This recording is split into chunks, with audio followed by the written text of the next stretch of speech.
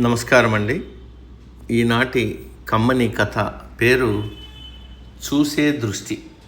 వినిపిస్తున్నది మీ విజయభాస్కర్.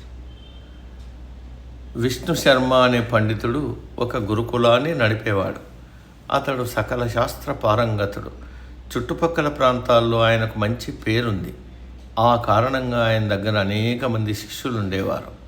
వారిలో దిలీపుడనే శిష్యుడు విష్ణు శర్మతో సన్నిహితంగా మెలిగేవారు.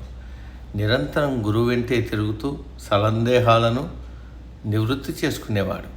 ఒకరోజు విష్ణు శర్మ తన దగ్గరుండే శిష్యుల్లో ముగ్గురిని పిలిచాడు.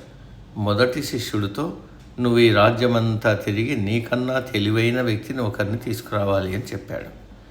రెండో శిష్యుడితో, నీకన్నా తక్కువ తెలివి ఉన్న వ్యక్తిని తీసుకురావాలి అని చెప్పాడు.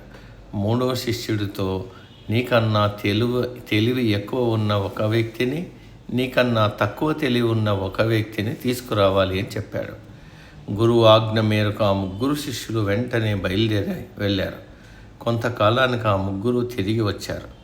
శిష్యులు ముగ్గురు మాత్రమే తిరిగి రావటం చూసిన దిలీపుడు గురువు దగ్గరకు వెళ్ళి, గురువర్య, ఆ ముగ్గురే తిరిగి వచ్చారు. మీ ఆజ్ఞ ప్రకారం వారితో మరో నలుగురు రావాలి కదా, ఎందుకు రాలేదు? నాకు అంతు పట్టడం లేదు అన్నాడు.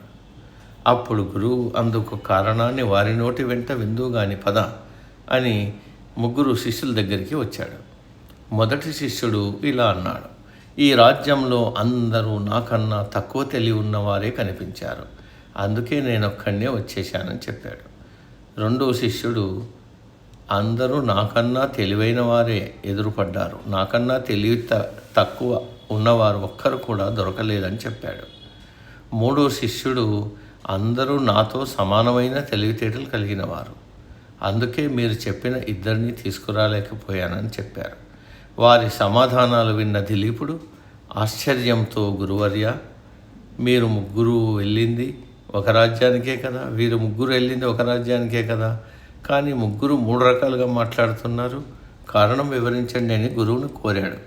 అప్పుడు గురువు, ఒకరేమో తాను చాలా తెలివైన వాడిననే అహంకారంతో అందరినీ పరిశీలించటంతో అతని కన్నా తెలివైన వాళ్ళు ఎవ్వరూ కనిపించలేరు.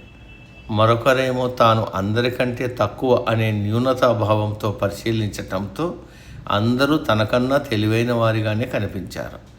ఇంకొకరికి అందరూ తనలాంటి వారే అనే దృష్టి ఉండటం వల్ల అందరూ తనలాంటి తెలివి ఉన్న వాళ్ళే కనిపించారు. మనము చూసే దృష్టిని బట్టి ఇతరులపైన మన అభిప్రాయాలు మారుతూ ఉంటాయి అని వివరించాడు. గురువు తనకు ఉపదేశించదలుచుకున్నది ఏమిటో దిలీపుడు గ్రహించాడు. అప్పటి నుంచి దిలీపుడు ఆత్మ న్యూనతను కానీ అహంకారాన్ని కానీ దరిచేరనీయకుండా ఆత్మవిశ్వాసంతో జీవించాడు. సమా